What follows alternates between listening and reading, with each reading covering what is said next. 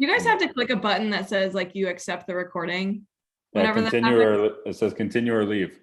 Is that Oh a yeah, thing? it says got it. Okay, got it. Cool. Well, I'm so pumped. My buddy Chris is in the building. We're gonna have a blast talking about hitting.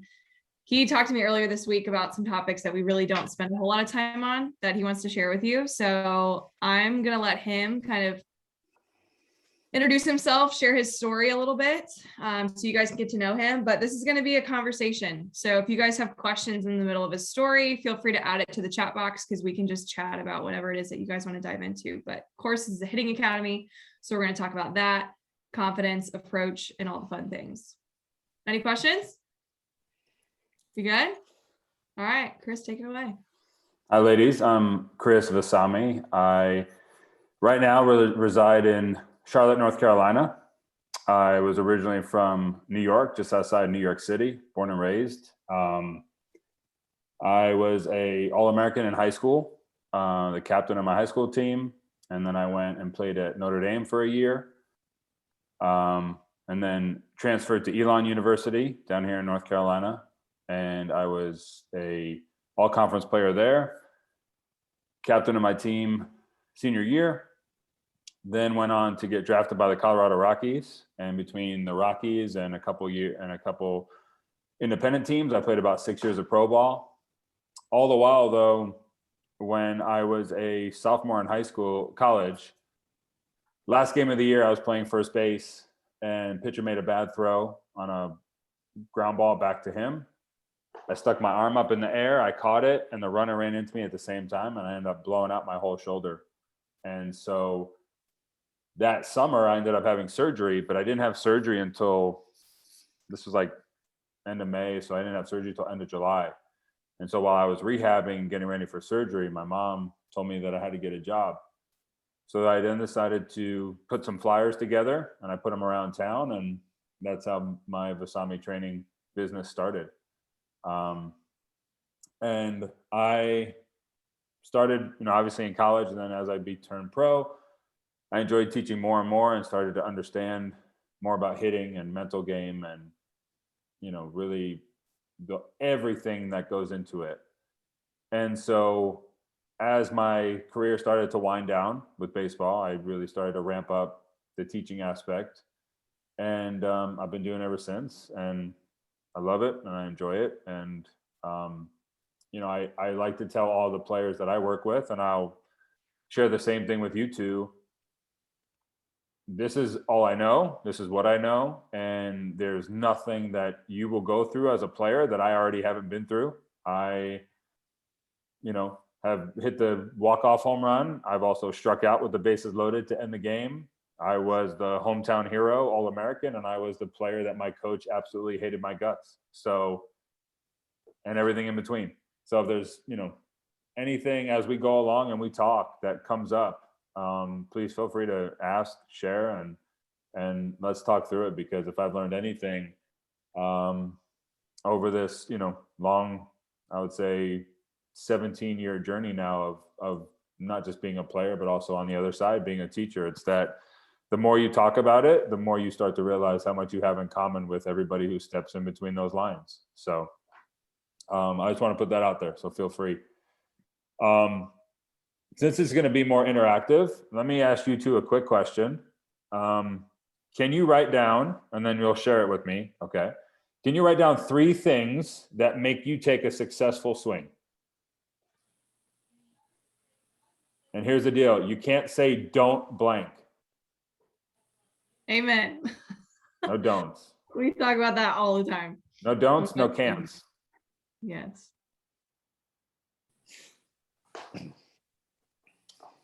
So while you're writing them down, I'll give you my 3, okay? So my 3 are: I need to load and land to a 50-50 position. I need to take my knob to the ball. And I'm always thinking opposite field gap, right center field, since I'm a righty.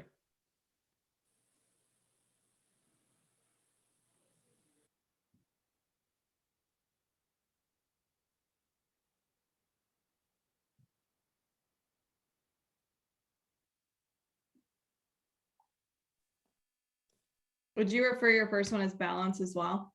Yeah. Yeah. Loading to a balanced position. Yeah. I think a lot of people think that their step and their load are two different things. Right. No, you have to go forward and stay back at the same time. This is going to be a fun conversation. All right, who wants to go first? Go ahead, Mel. I have to be relaxed and smooth.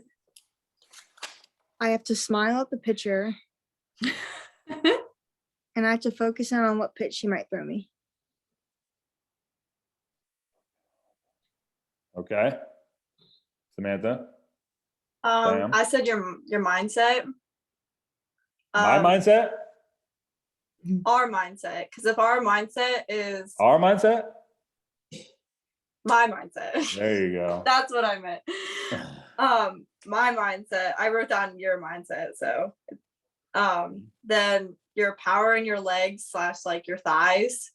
Okay. And I said your load / your stride too. Yours? Mine. Oh my gosh. So, yeah, good. And that's the beautiful thing about this is that, actually, what would your threes be? So I said balance, loose upper body, loose. My favorite term is loose and whippy. So I would write, I really want to make a t-shirt that says loose and whippy. Okay. And then my focus was to drive it at the pitcher's face. Good. And that's the beautiful thing about this, is that all four of us, we all have different stuff.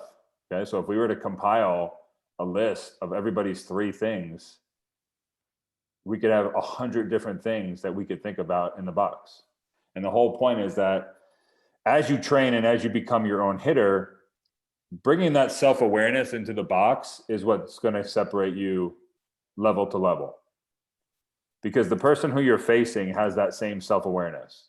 They're constantly working on spin, arm angle, explosion, hip drive, all that stuff.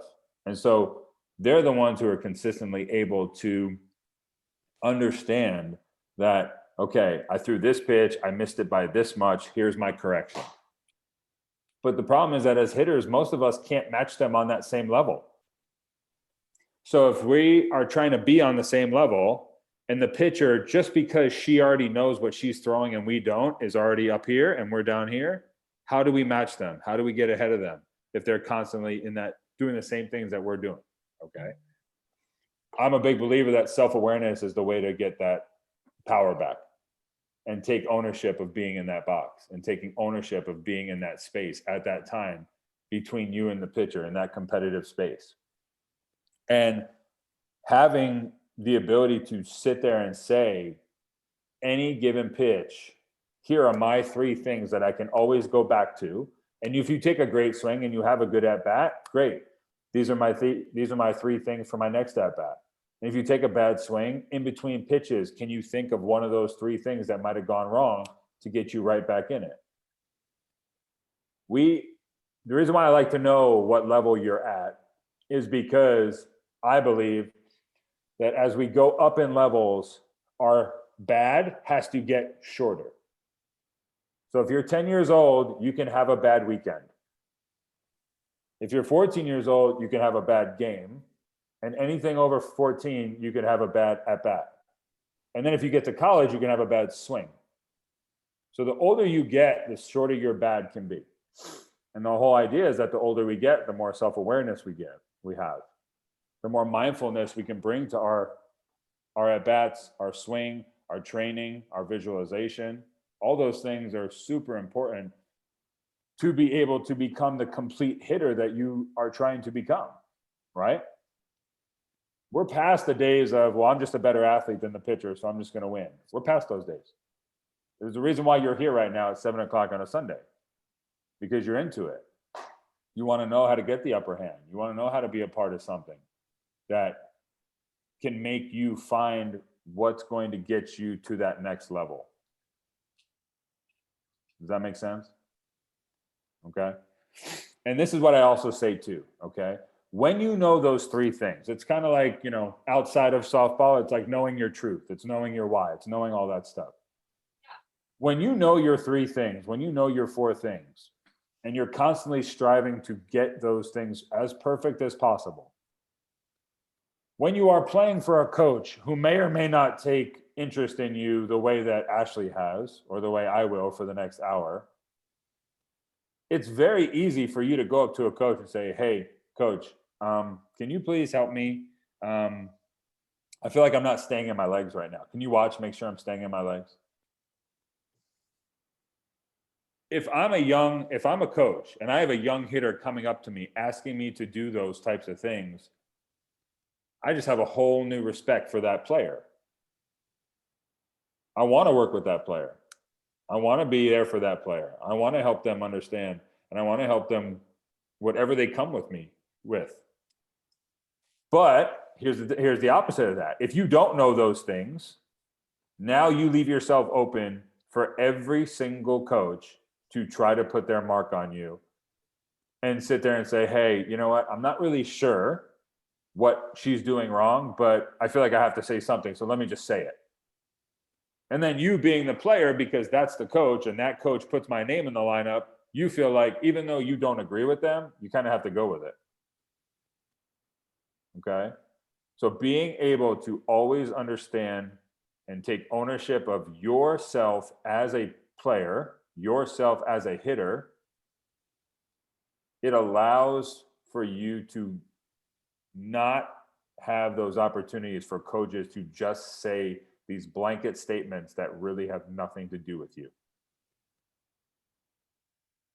You know what that makes me think of? What? These people putting their kids' swing on Facebook and saying, hey, what's wrong with it? Right. They literally open up to 1 million people in this Facebook group. And it's like, and she might be 8 years old. She might be 12. But either way, it's like, it's so good. Like if you don't own your swing, who's going to own it? You know? And that's why saying I and me when it pertains to you and your career is not selfish. It's not wrong. Yeah. Okay.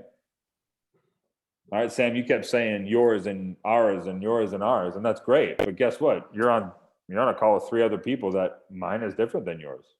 Now, the overarching goal is to be our best, so that we can agree on. But I've never once told myself to stay in my legs. Okay.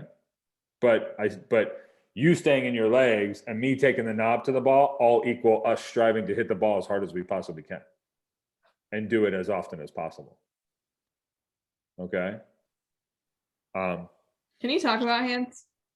Because I know because you put a lot of emphasis in your training about your wrists and snapping. Yeah, I'm a big hands person. I believe that since the bat is what hits the ball and the hands are what's holding the bat, I believe that your hands are the most important thing when it comes to your swing. You can get off balance. You can have bad timing. You can even get a little bit spinny. You can come out of your legs. You can lift your front hip. You can do all those things. And as long as they're not so damaging to your swing, if your hands and the hand path you take and the way you explode through contact is there, you always have a chance to hit the ball hard.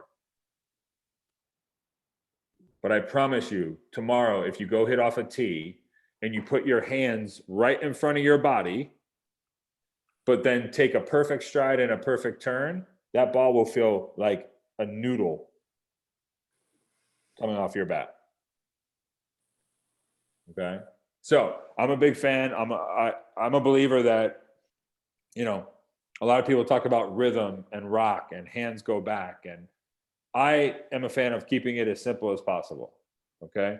I like to say that if a boxer could walk around the ring with his or her hand back here waiting to punch their opponent and not have to worry about defense, they would do it all the time because they know that's their most powerful punch. So as a hitter, I want to get into my most powerful position. And then from there, I'm focused on forward movement and exploding my hands to the ball. So I'm a big believer in knob to the ball. If you take your knob to the ball you're on the right path automatically. Now, it's up to us to then stay through that same path. And that's where we get into hitting the ball where it's pitched. Now, both of you said that you love inside pitches. What's the wrong with outside pitches? There's nothing wrong with them. It's just you gotta have different timing. Okay. And No? I agree with her. You have to have like, because I'm a really early swinger. So like, Oh, so on the outside pitch, you can't cheat. yeah. Oh, yeah. Yeah. Okay. Well, here's the deal. If you can perfect hitting the ball to the opposite field, your power numbers on the inside pitch will go up by double.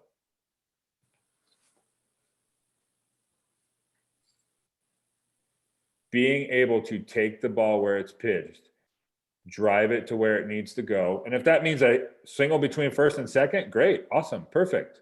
Okay. But when you take away what pitchers are mostly trying to do, you will get the pitch that you want. All right. I was going to talk about this. I mean, let's just go there now. I was going to talk about it when it came to approach. Okay. It's funny because Sam, have you started down there yet? we started. Okay, yeah. So same. All my players have started too. So I'm already having these, in-game conversations with kids. Yeah. And they're telling me the reason why they're not being successful is not anything else other than they're just being too picky. Early in the season, like, we can't be that picky. You can't sit there and go, all right, I've worked my butt off for 5 months, so I hope I get an inside pitch so I can hit a home run my first at bat. Like, it doesn't work that way. So being able to expand the zone, think bigger, hunt fastballs, all right? Both of you guys, I assume you guys are pretty confident hitters. Is that a good assumption? Okay. Let's say I was the catcher. Let's say I told you what pitch was coming. Okay. What's the chance that on that particular pitch, you would destroy it? 50%? 80%? Yeah, I was gonna say like 70 to 80. 70 to 80. Okay. What about you, Mel? I would say 70 to 80. Fine. 70 to 80%. Okay. Now, that's a very confident answer. Okay. When you do get that pitch, though, all right, baseball says, softball says, these rules say that, like, we're not actually going to do that. That's just a nice, confident answer that you're giving. Okay. Because can you think back to the last time that you got that pitch and then did what you were supposed to with it? When you were absolutely looking for it? Or is it more like, oh, that's an inside pitch, I'll just hit it hard? It was just there. Yeah. Exactly. Okay. And so the reason why I say that is because when you're sitting there, and we'll just use easy numbers, okay? There's 9 zones in the strike zone, correct? Mm-hmm. Okay. 1 divided by 9, do you know what that is? It's 11%. Okay. 11%. So you go up looking for one pitch out of 9 zones, you get 11% chance to do that. Now, being that you're 14, 15-year-old amateurs, the chances of you doing what you're supposed to with it are about 50-50. So by looking for that one pitch, you're giving yourself a 5.5% chance to do damage. Dang. A little different when you put it that way, huh? Yeah. Yeah, a lot different. Okay.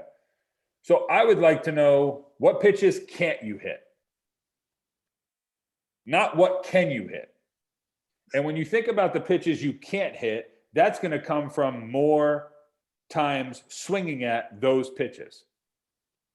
So that's why I always tell my players early in the season, expand your zone.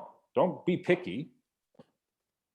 Early in the season, imagine that a double to left field and a single between first and second are the exact same thing. It's you hitting the ball where it's pitched. It's you getting your timing down. It's you understanding how to let the ball travel. It's you seeing the ball deeper. It's you seeing spin better.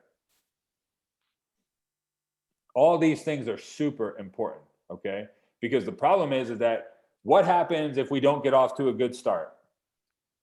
We might get down on ourselves. Yeah, we get down on ourselves, confidence gets rattled, panic sets in, and please tell me if I'm wrong, but I don't know anybody who's gotten a hit where it counts for 10. It's just one hit. So you're sitting there and you're 0 for 10, or you're 1 for 11, or you're 1 for 12, and you're in panic mode, and you're thinking, okay, I'll just make everything up with this one bet, with this one next swing. It doesn't work that way. All right. And so the reason why we get off to bad starts is not because we haven't put the time in. You've put the time in. It's because we go up there, and instead of just being relaxed and swinging at as many strikes as I possibly can, I just want that one strike. And then when it doesn't come, now I'm in panic mode in the middle of my at bat. And that's not what you've trained for. Has anybody trained panic mode? No. No. Okay. If anything, you train 2-strike approach, right? Mhm. Okay. And what about 2-strike approach? Can you be picky with 2 strikes? No. No. Weird, right? Okay.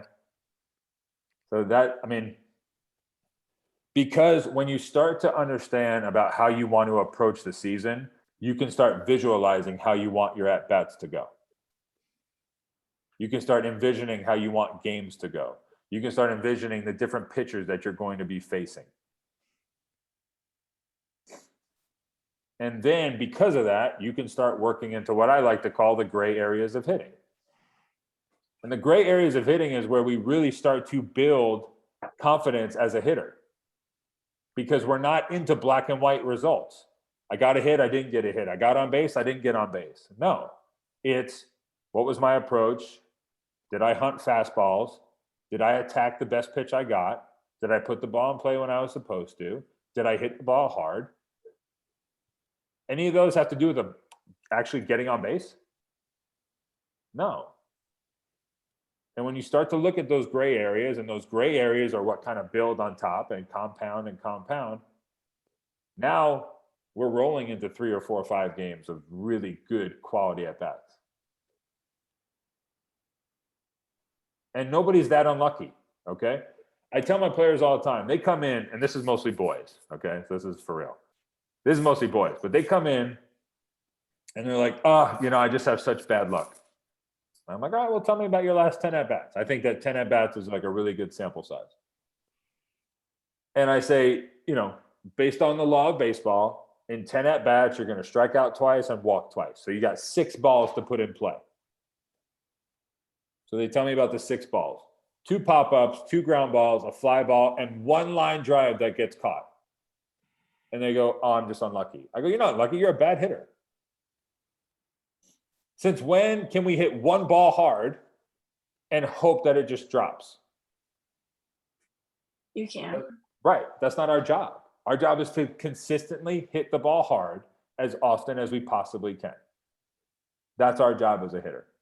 And that's where all these things start coming into play that we've talked about so far. Strikeouts, to me, strikeouts tell stories. All right. We always sit there and we worry about strikeouts. And anytime I ask you guys about a strikeout, the first thing you tell me is about strike 3. What about the other 2? And the moral of most stories, and the moral of most strikeout stories, is that there was a pitch early in the count that you should have put in play that you didn't. Either you weren't ready, you pulled your head off the ball, bad timing, you dropped your back shoulder, you were looking for the inside pitch and there was an outside pitch.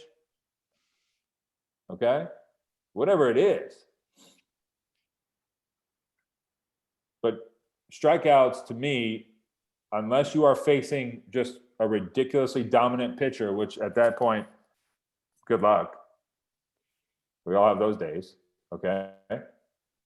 Strikeouts are because we missed our pitch. And a lot of times we miss our pitch because we're trying to do something too big, as opposed to just doing what we're capable of doing. Are either of you home run hitters? No. Good. So are you doubles hitters? Yeah. Great. Do you guys have the ability to lead your team in doubles? Yeah. Good. Like Team Burkhart. Yeah, exactly. Do that. Okay. And it's funny because people always say, like, yeah, but I could hit a home run. Of course you can. Absolutely. And do you know what a home run is? It's just a double that goes over a fence. But if you're constantly trying to drive the ball and look to hit the ball hard somewhere and the pitcher leaves it up, it'll go over the fence. But if you're thinking, I want to hit the ball as hard as I can, as often as I can, you will lead your team in doubles. And if you lead your team in doubles, you probably lead your team in batting average. And then guess what? In a year from now, when you're bigger, faster, stronger, some of those doubles go over a fence. But the beauty love about you, go ahead. I said, I love this. Go Yeah. ahead. But so the beauty about being you guys at the age that you're at is that you can actually build these foundational things that won't leave you. Like there are almost sometimes where I look back on my career, my high school and my college career, and I'm like, I don't even know like how I was as successful as I was, because I really was sometimes like, okay, I'll just see ball, hit ball. And like clearly there was more going on, but nobody told me what was going on. And so for you guys to go ahead. I hate that there's a lag. I was just gonna say, can we like dabble into what that mindset should be in games versus your training? Because I know I'm thinking of my own approaches, and my worst games are when I'm thinking too much about my hands, or I'm thinking too much about what my hips are doing. And my best games were when it was a see ball, hit ball, but I was prepared for that. So is there any way we can kind of talk about training versus games and mindset and what you should be thinking or working on? Yeah. So when it comes to training, I like to call it controlled environments versus game. And a controlled environment to me is tee, soft toss, front toss, batting practice when you know what's coming. Those are controlled environments. When you are in a controlled environment, unless you're working on your biggest flaw, 80% of the swings that you take should be the exact swing that you want to take with the result that you want to get. We should never have, like, if you guys are working the way that you are and you're as good as I believe you are, okay, we can't have bad tee sessions. And that's just me holding you guys accountable, which we'll get into later, okay? But you can't go to the level that you want to go to and have a bad tee session. What's a bad tee session? Like hitting balls not where they're supposed to? Yeah, a bad tee session would be the tees on the outer third of the plate and you're rolling it over to shortstop. You can't do that. 9-year-olds do that. Okay? And look, I'm not a perfect place person, but if the ball is on the outer half of the plate, then it should go to the right side of the cage if you're a righty. It should go to the left side of the cage if you're a lefty. Okay? If you want to play a target game, that's fine, but let the ball go where it's supposed to go. So that's what that's my thing when it comes to training. Controlled environment, 80% of the swings should be what they should be. 4 out of 5 swings should be exactly what they want, and then continuously do that over and over and over again. Then when you start getting into BP that you don't know what's coming, more simulated, more game-like, 2, 3, 4, 5 pitches, now we start getting into more of our game mindset, which my game mindset is think bigger than you want in the strike zone, hunt fastballs,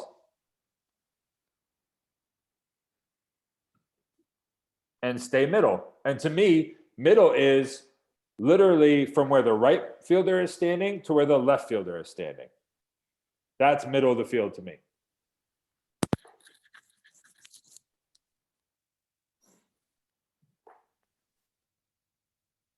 And then that way, when you're in game and you start thinking back to your tee work and how that pitch middle out was hit to the right side of the cage, and now in a game when you get that pitch middle out, now you have a whole big giant field to work with.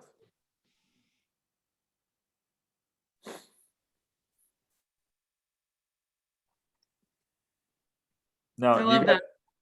Yeah. I love that specifically because I can think of, and I'm sure all of us can think of times where we are thinking about driving up the middle and we're a little early, but we still hit it really hard, fair. Yeah. Maybe like I think of an in the park home run that I drove. I was super early on this slower off speed pitch, and I literally drove it right on the first base line, straight to the back corner.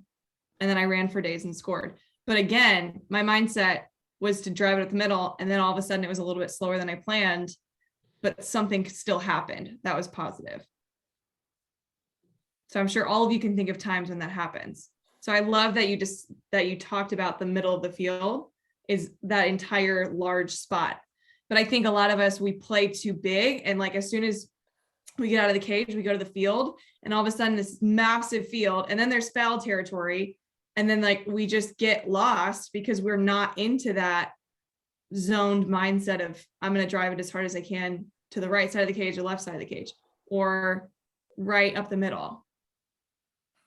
We have to be zoned in and focused on that spot. It's really good stuff. Let me ask, do either of you do visualization? Yeah. Yeah. What do you visualize? Okay, this is kind of funny, but I just listened to Ashley's podcast of Katie Yeah. about spectator visualization and like inside your body visualization. So I usually like look at myself from a spectator view and see what I'm doing. So I usually visualize myself like succeeding of like, hey, like what you said, drive up the middle. So like I visualize myself as a spectator driving that ball up the middle. That makes sense. Yeah, awesome. And when do you do that? Maybe that's why she said you're at the beginning. Yeah, there's so many of us She there. was looking at herself. Probably. I don't know. And Sam, when does visualization happen? Is it at night? Is it in the morning? Is it on the way to the game? Where does it usually happen? It usually happens like right before a game, and I usually do it in practice sometimes. Like if I'm like taking the practice like very seriously, then I'll be like, hey, I need to visualize this so that like if I have a game tomorrow, then I can do this in the game. Cool. What about you, Mills? I visualize myself succeeding or like making good plays in the infield, and I do it before games, or like if I'm just like working at home or like in a cage getting thrown to, and I feel like everything is off while I'm swinging, I visualize what that swing might have looked like or what I may have done. Awesome. Yeah, I mean, look, that's a huge tool to have in your toolkit, okay? Because I think what's interesting is when I was coming up, I can be totally honest with you guys. I had so much success as a player from such a young age that I think I had so many successful experiences to draw on that I thought I was visualizing, but I really just think that I was remembering success that I had.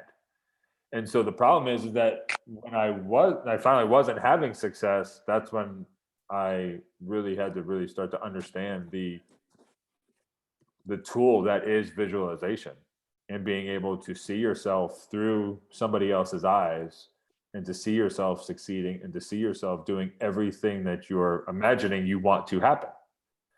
And nothing more was than when my junior year of college, I started the season at first base, and then we ended up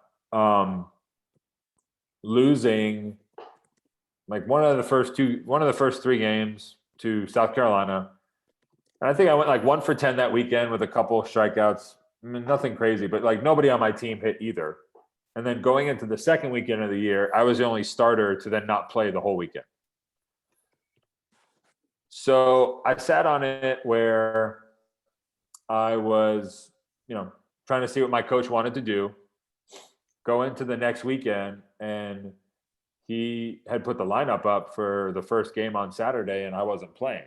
So I said to my coach, I said, look, can we talk after practice? And he said, yeah, sure. So we go out to center field and he goes, what do you want? I said, I want to play. And he said, well, where's this coming from? I said, coach, I said, I earned the starting spot and yet we're 2-4. Nobody's really hitting. And I'm the only one who's sitting on the bench. He said, all right. He goes, I'll make a deal with you. There are a couple other choice words here and there. He said, but I'll make a deal with you. He said, you're not starting the first game tomorrow. You'll start the second game tomorrow. If you don't do anything, you won't play the rest of the year. It was the first time that I really consciously bet on myself. But it was also the first time that I was like, all right, well, if I don't do anything, like this is serious. And so it was the first night that I really sat up all night and really closed my eyes and just visualized and pictured what success was going to be the next day. And luckily I hit 2 home runs and I never came out of the lineup ever again. And it was just something that still to this day, it's just a tool that I continue to use. So for you guys to be as young as you are, even starting to use it to your advantage, let it be a habit that sticks with you guys. Absolutely. That's awesome. So Sam asked a really good question in the chat. Yeah. She said, would there be a time where you would think of something negatively in your visualization? If so, how would you recover that to think back to those positive thoughts? Yeah, absolutely. We're all human. Fear is real and doubt is real. And understanding that fear can be a motivator, but only for like a very small percentage of people. Okay. Fear for the most part is a debilitator for most of us. It makes us hesitant and it makes us scared.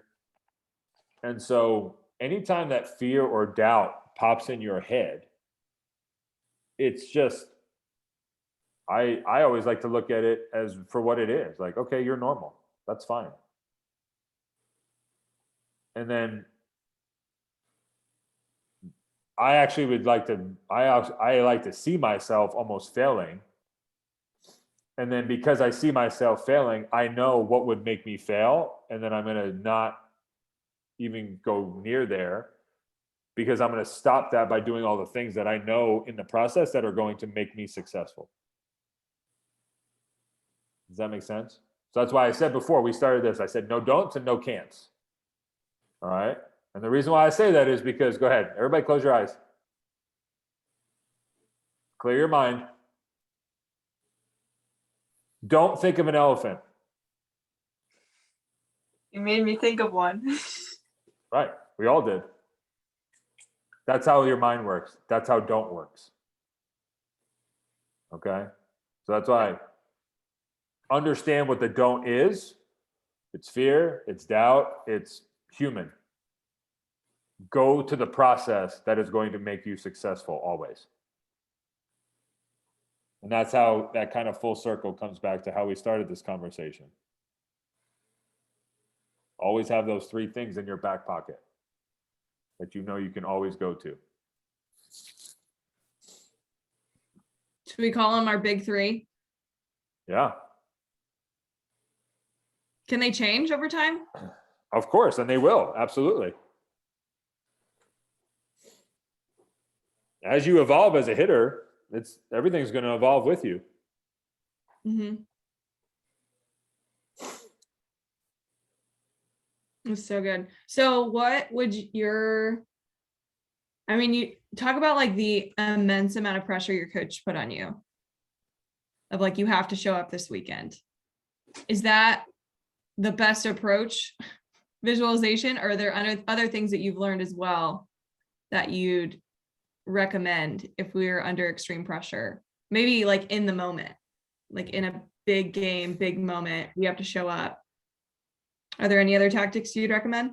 Yeah, I was a big fan of focal points and finding a place on my bat to just stare at, take a deep breath, feel my body calm down and go from there. Because without being calm and relaxed, like your brain doesn't work that way. When we start to get frantic and we start getting into that panic mode, Too many thoughts are running through your head at one time. Don't let me down. Don't let myself down. Don't let coach down. Don't let mom down. Don't let dad down. Don't let Ashley down. Like, I mean, how many things can run through your brain, from a negative standpoint? So many. So being able to have a focus point, whether it's, the dirt, feeling the dirt underneath your cleats, feeling your hands on the bat, finding a focus point on your bat, but something that can always just bring you back to center, and remind you that nothing else matters except being in that moment in that batter's box and whatever the next pitch is. I use that too. I think I read a book called Heads Up Baseball, and they talked about that. I think it was either that book or Mental Mind Gym. I used, a lot of like places you play, they'll have like signs in the outfield. Yeah. I tried to use like objects that don't move. They're always the same. They really help me just get present. Sometimes I would do like a, American flag in the background or something that you look at it and you almost go like external, kind of like Sam was saying, like going outside your body for a second. And then you kind of just like remember, oh yeah, I'm right here. And then it's like everything goes away. It's kind of weird. It kind of seems like frou-frou voodoo stuff, but it's real. There's one more thing that I want to touch on with you girls is, do you guys want to play at the next level? Like, you guys want to play in college? Yes. Do y'all have an accountability partner? Yeah. Not mom or dad that like tells you have to do this. Like, do you have an accountability partner who may or may not share the same goals as you, or maybe they're not even softball players. Maybe they're just friends who are athletes or dancers or theater people, like whatever, like people who have the same aspirations as you, who is going to be on the same schedule, work the same way, have the same sacrifices that have to be made. Okay, because that's super important, because the biggest thing that I've seen is when your words and your actions don't link up and they don't match when it comes to what you say you want success to be and what you are willing to do to be successful. I have two juniors in high school right now who say they want to play in college, yet practice started on February 8th, and February 14th, they were at the lake for a long weekend for vacation. It doesn't add up. You go on vacation in November for a long weekend. You don't go on vacation during baseball season, during softball season. They just don't link up. Okay? You have to remember, this isn't about you guys wanting to be doing what the other 94 aren't doing, okay? You have to be making sure that you're doing what the 6% are doing. 6% of people get to the next level. D1, D2, D3, NAIA, JUCO, whatever you want to call the next level. That's the next level. So if your actions and your words are not linking up, you need to find an accountability partner who's going to hold you accountable. And sacrifices, go ahead. So do you know who mine is? It's the guy talking to you right now. No joke. It's crazy because, when I make decisions or try new things in my business, Chris and I, we do different things, right? He doesn't have an academy like me, but I have somebody that I can share ideas with, and he's going to give me honest feedback. And also, whenever I do make decisions, I kind of keep him in the back of my mind, like, would Chris agree with what I'm doing right now? Do you think he would? Because he's not afraid to tell me the truth, even though it sucks sometimes.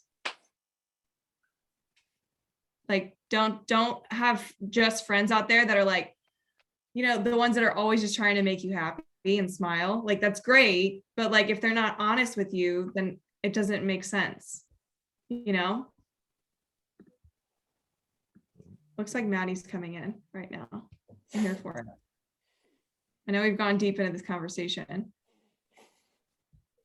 I think Mills, I know who your accountability buddy is, but I could be wrong. Is she an academy member? No? Okay. No. Okay. I really thought I knew, but I don't. That's good. As long as you know, right? Yeah. Okay, Chris, I want you to dabble a little bit into female athletes and how we're different than guys. Because you shared a little bit of this in the podcast, the very first one we did together. Mm-hmm. And it just made me admire you even more because you kind of like, you know what we're thinking. Because I think I read a study where it was like men are very factual. Females, we go based on our feelings more. Uh-huh. And I know you have a lot to share with that. So do you want to just like dabble into that? Because we've talked a little bit about it with this group. But I think it's an important topic. Yeah, being able to at the core of most girls and women is communication. All right.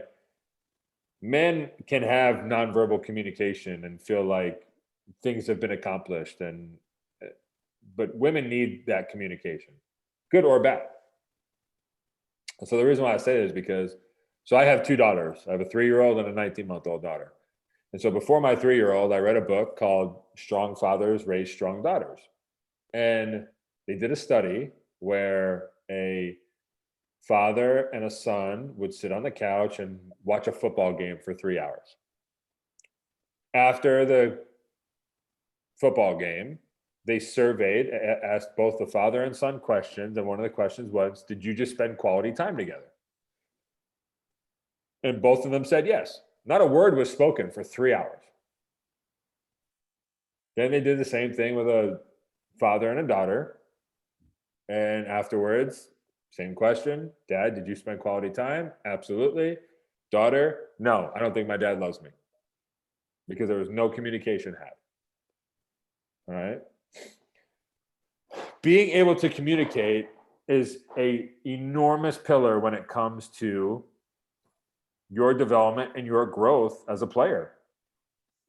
So not only would I hope that you want whoever you're working with or is coaching you to communicate, but you also can't be a hypocrite and not be able to communicate with them either. So start to build that skill just as much as anything else. Be okay asking questions. At the end of the day, you are the player in the box who has to perform. Okay? I have yet to meet a coach who, when a player strikes out, goes, yep, I taught her how to do that. Okay? It's the opposite. You hit a home run, I taught you how to do that. And when you strike out, I didn't teach you how to do that. Okay? So your success is going to be based on a skill of communication and being able to have conversations with coaches and ask questions and ask why and ask how and truly believe in it. Because if you don't believe in what is happening and what's going on and what you're doing, there's no chance that when in the heat of the moment that you're going to be able to perform. That's why I always say, let's talk. Like, we're not going to leave anything up for interpretation. We're not going to leave anything up for assuming. Like, let's talk. We'll get it out there. Because it's just so important. You know? And because innately girls are perfectionists. Okay? There's so many times where I'm hitting with my girls and we're having an amazing session in my eyes. And they look like they just swung and missed 10 times in a row. And I'm like, what's wrong? They're like, I just don't feel right. I feel terrible. The ball's not doing what it's supposed to. And I'm like, yes, it is. I almost have to like convince them that we're having a great session. But deep down at your core, most girls are innately perfectionists and they want to please themselves and they want to make sure everything's going the way it's supposed to go. And unfortunately, in an imperfect game, that's just not always the best combination. But I admire it. So that's all feeds back into what we were talking about before, having that self-awareness. Being able to know when you're being super competitive with yourself and you're holding yourself accountable, and maybe you've just gone off the deep end and it's like, whoa, I need to take a step back because now I'm in a bad place and I'm not getting quality work done. I'm not going to have a quality game. I took my bad at bat to the field with me. I took my error to the dugout with me.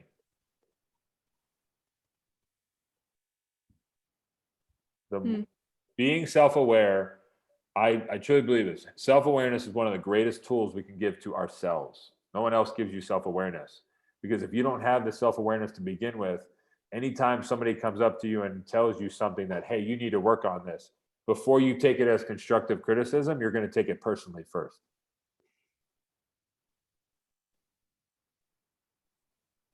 But if you've already thought about it, dissected it, and understand how to fix it, that conversation is not as bad as you think it is. That conversation is, you know what, I was thinking about that. You're right. I appreciate it. Get external for sure. That's so funny you mentioned that, because today I worked with an athlete and she thought it was like the worst session of her life. And I was like, this is one of the best sessions we've ever had. And not once did she say that until the end. Right. I really wish she would have mentioned it sooner, you know? Right. You can't read minds. No. I think so. It goes back to that communication. Good. So we only have a couple minutes here, and I want you guys to be able to ask questions that you have to Chris if needed. Also, he's super good at like looking at his DMs too. Like if you don't feel comfortable sharing or asking a question in front of other people, Chris is an open book. So do you guys have any questions you want to ask before we part ways? Do you have an email? Yeah, I'll put it in the chat. For any questions? Okay. Yeah. I love it. That's really my only question. It's a good question. There's going to be a follow-up. Thank you. You're welcome. I wrote so many notes down. It's kind of funny. That's awesome. Send me your notes. I want to see them. If you don't mind. If you don't. I won't share them. They're not going. I just want to see them. I like knowing what you're thinking about too, so I can help put more things in the academy if needed that. Thank you. Mills, I'm going to call you out. This is the quietest you've ever been. Probably because we're not hitting today. Whenever we move around and hit, Mills is like the loudest one in the group. Do you want to know something cool, Mills? So remember Bella, who worked with you a few weeks ago? Bella Norton, by the way, Chris. Oh, nice. She texted me and she goes, dude, Mills can hit. Like she loves you. I asked her about Aaliyah because she played with Aaliyah. Yeah, she played at IU. I know, isn't that crazy? Yeah. Is that your accountability buddy? No. Dang it. Okay. I don't have to know. I just feel like I should know. But don't tell me. Okay. All right, you guys sure you don't have any more questions? No? Can we say thank you to Chris for coming? Thank you so much. This is a lot of fun. You're welcome. Thank you. Yeah, seriously. Reach out anytime about anything. Stuff's gonna pop up. Questions are gonna pop up. You know, it's that's what this is all about, guys. Awesome. Well, what I'm gonna do is I'm gonna save this recording and I'm gonna add it this week into the academy if you ever wanted to go back and watch or listen.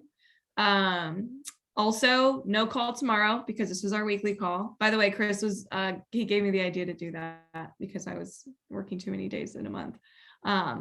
But so this will be our call for the week. Okay. Also, I thought I had another announcement. Be on the lookout for who's going to be next month. I believe it's Daniel Lori. Chris. I know you guys love her. Yeah, so she's gonna chat. And with that, always you know how to communicate with me. Now you know how to communicate with Chris if you have any questions. Oh, what do you got, Mills? Go ahead, Mills. My dad wanted to tell you actually that he's gonna set up like in-person hitting things. Let's go. I'm ready, girl. I'm ready. I've had a seat waiting for you, girl. Okay. I'm excited. Tell him I said hi. I will. All right, friends. Have a great rest of your Sunday. I'll see you all next next Monday, not tomorrow. Cool. Okay. All right. All right. See you Bye, guys. friends. Thank you. Bye, Bye, girls. thank You're you. welcome. Man, I wish more people came. That was 'Cause fun.